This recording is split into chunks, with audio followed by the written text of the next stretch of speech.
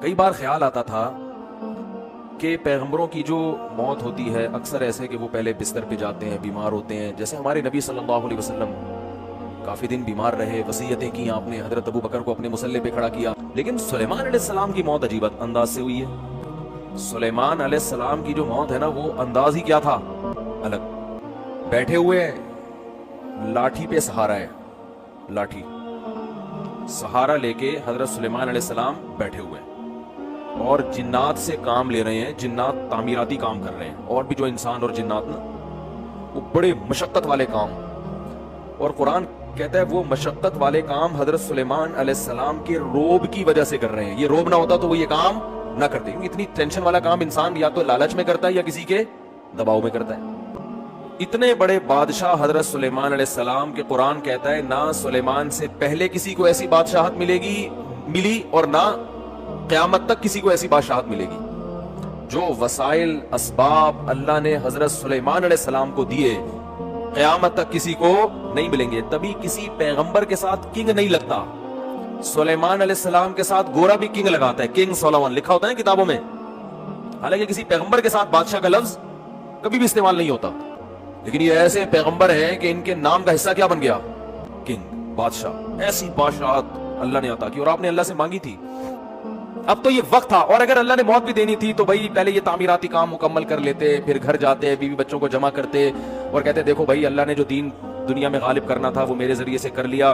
اچھا بھائی اب جو ہے میرے مرنے کے بعد دنیا میں یہ میرا جانشین ہوگا، اور بھائی تم ایسا کرنا، اس کا خیال کرنا، تم فلانے کا خیال کرنا، یہ تمہاری اوریجنل امی ہے، یہ تمہاری سوتیلی امی ہے، یہ تمہارے فلاں ہیں، یہ پیغمبر کی تعلیمات ہیں، یہ زبور ہے، یہ تورات ہے، ان چیز پر چلنا ہے. یہ ساری ڈیٹیل تفصیل سے کرنے کے بعد، کیونکہ اللہ کے پیغمبر تھے، اس کے بعد جنات کو بھی اپنے اپنے ٹھکانے لگا دیتے کہ بھئی یہ سارے کام تم نے کمپلیٹ کر لیے، اب جو ہے ایسا نہ ہو کہ میرے بعد بالکل ہی بھاگ جاؤ. تو بڑی ایسے ہوتا نا. اللہ نے ایک طرف اتنی مینجمنٹ عطا کی ہے، ایسا انتظام سلیمان علیہ السلام کو دیا ہے کہ بھئی ان سے زیادہ مینجمنٹ تو ہمیں کہیں ملتی نہیں، ہر کام سلیقے سے ہو رہا ہے. لیکن موت ایسی آئی ہے جو بظاہر ایسا لگتا ہے کہ اس کی تو کوئی لاجک بنتی ہے ہی نہیں ہے. کام کے دوران اللہ نے بیٹھے بیٹھے اٹھا لیا. اور عجیب بات یہ ہے کہ جب کسی کی موت واقع ہوتی ہے ایک دم زمین پہ گرتا ہے نا، وہ سلیمان علیہ السلام جس لاٹھی سے ٹیک لگائے ہوئے تھے نا، وہ اس انداز سے تھی کہ موت واقع ہونے کے باوجود زمین پہ گرے نہیں، کیونکہ لاٹھی نے سہارا دے دیا ہوا تھا آپ کو. بیٹھے ہوئے اس انداز سے، وہ بھی اللہ نے بٹھایا ہوگا، اس انداز سے اللہ نے آپ کو بٹھایا کہ اللہ کے علم میں تھا کہ اب ان کی روح میں نے قبض کرنی ہے. سلیمان علیہ السلام بیٹھے ہوئے، اور بظاہر ایسا لگتا ہے حضرت سلیمان علیہ السلام کو بھی پتہ نہیں تھا، کیونکہ پتہ ہوتا نا تو پھر وہ پورا انتظام کرتے بیٹھ کے. تو بیٹھے ہوئے ہیں اور لاٹھی کے سہارے پر قرآن کہتا ہے ہم نے ان کی روح کو قبض کر لیا. موت کا فیصلہ. بس اے سلیمان، یہ دنیا کی جو بادشاہت ہے نا، اتنی میں نے آپ کو دی ہے کہ نہ آپ سے پہلے نہ آپ کے بعد، لیکن چھینوں گا اسی طرح سے کہ لوگوں کو یقین آ جائے کہ دنیا دل لگانے کی جگہ نہیں ہے. جب سلیمان کو دل لگانے کی اجازت نہیں ہے تو ہمارے پاس ہے کیا؟ ایک چنچی لے کے گھوم رہے ہوں گے، ایک رکشہ لے کے گھوم رہے ہوں گے، 120 گز کے 240 گز کے 2-4 پلاٹ ہوں گے، یا 8-10 عمارتیں بنا لیں گے، بلڈر بن جائیں گے بہت بڑے. پورا بیریا ٹاؤن بھی خرید لو تو کتنا ہے؟ کچھ بھی نہیں ہے. تو اللہ نے فرمایا تم کس کھیت کی مولی ہو؟ تم سمجھتے ہو میری تو ابھی بچیوں کی شادی نہیں ہوئی، ابھی تو میں نے اتنا بچوں پہ پیسہ خرچ کیا، ابھی تو میں نے اپنے بچے کو ڈاکٹر بنایا ہے، اب وہ کلینک کھول کے بیٹھے گا، خون پسینے کی میری کمائی اب گھر میں آنا شروع ہوگی. بہت سے مریضوں کو پہلے تجربہ کر کے قبرستان پہنچائے گا، کچھ جو بچ جائیں گے پھر ان پہ تجربے کرے گا، پھر بڑا ڈاکٹر بنے. بڑا ڈاکٹر پتہ ہے کسے کہتے ہیں؟ تو تجرباتی مراحل سے گزر چکا ہوں. اس لیے میں ہمیشہ کہتا ہوں علاج ہمیشہ بڑے ڈاکٹر سے کراؤ. ٹھیک ہے. لوگ مجھ سے ویکسین کے بارے میں پوچھ رہے ہیں، کورونا ویکسین. میں نے کہا بھائی میں ڈاکٹر نہیں، مجھے نہیں پتا یہ کوئی تجرباتی ویکسین نہ ہو گئی، تو کسی اچھے ڈاکٹر سے پوچھ لو تجربوں کے بعد ہمیں لگا رہے ہو یا ہم پہ تجربے کر رہے ہو، کیونکہ بعض دفعہ تجربے بھی ہو رہے ہوتے ہیں ڈاکٹروں کے، لگا کے دیکھو ہوتا کیا ہے.